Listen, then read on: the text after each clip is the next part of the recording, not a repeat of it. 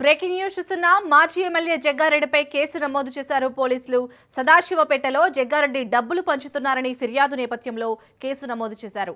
జగ్గారెడ్డి సదాశివపేట వెళ్లిన ప్రతిసారి చాందుబాయ్ హోటల్ దగ్గర టీ తాగడం, అలాగే తన దగ్గరికి వచ్చిన పేదలకు డబ్బులు ఇవ్వడం జగ్గారెడ్డికి అలవాటు. అయితే ఎన్నికల సమయంలో డబ్బులు పంచుతున్నారని ఫిర్యాదు రావడంతో పోలీసులు కేసు నమోదు చేసుకున్నారు.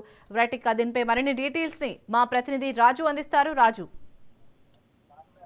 ఈ రోజు ఉదయం రోజు మాదిరిగానే గతంలో మాదిరిగానే జగ్గారెడ్డి సదాశివపేట వెళ్లి అక్కడ చాందుబాయ్ హోటల్ దగ్గర ఛాయ్ తాగుతున్న క్రమంలో పేదలు, వృద్ధ మహిళలు తన దగ్గరికి వచ్చిన క్రమంలో గతంలో మాదిరిగానే డబ్బులు తీసి వాళ్ళకి ఇస్తున్న నేపథ్యంలో కొంతమంది వివిధ పార్టీల నాయకులు అతనిపై ఎన్నికలు ఉన్న నేపథ్యంలో డబ్బులు పంచుతున్నారని చెప్పి ఫిర్యాదు చేయడంతో అక్కడికి చేరిన పోలీసులు జగ్గారెడ్డిని అక్కడ నుంచి తరలించారు. తదనంతరం ఫిర్యాదు మేరకు ఖచ్చితంగా ఎన్నికల నియమాలు ఉంది కాబట్టి ఆ కేసు నమోదు చేశారు.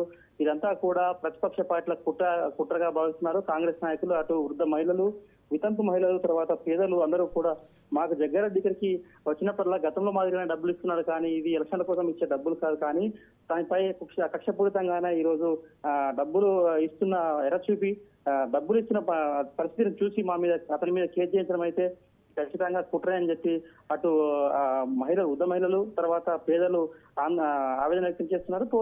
కాంగ్రెస్ నాయకులు అటు జగ్గారెడ్డి కూడా చాలా అసహనం వ్యక్తం చేశారు. నేను గతంలో మాదిరిగానే చేస్తున్నాను, కానీ ఈ రోజు నా పైన కక్ష కట్టి కేసు పెట్టించారని చెప్పి తను అసహనం వ్యక్తం చేస్తూ ఇతరులపై, అంటే అటు కాంగ్రెస్ నాయకులు కూడా పూర్తి స్థాయిలో అసహనం వ్యక్తం చేస్తూ ఆగ్రహంతో ఉన్నారు. మొత్తానికి ఈ రోజు జగ్గారెడ్డిపై కేసు నమోదు కావడము ఆడ ప్రజల్లో, తర్వాత పేదల్లో చర్చనీయాంశంగా మారింది.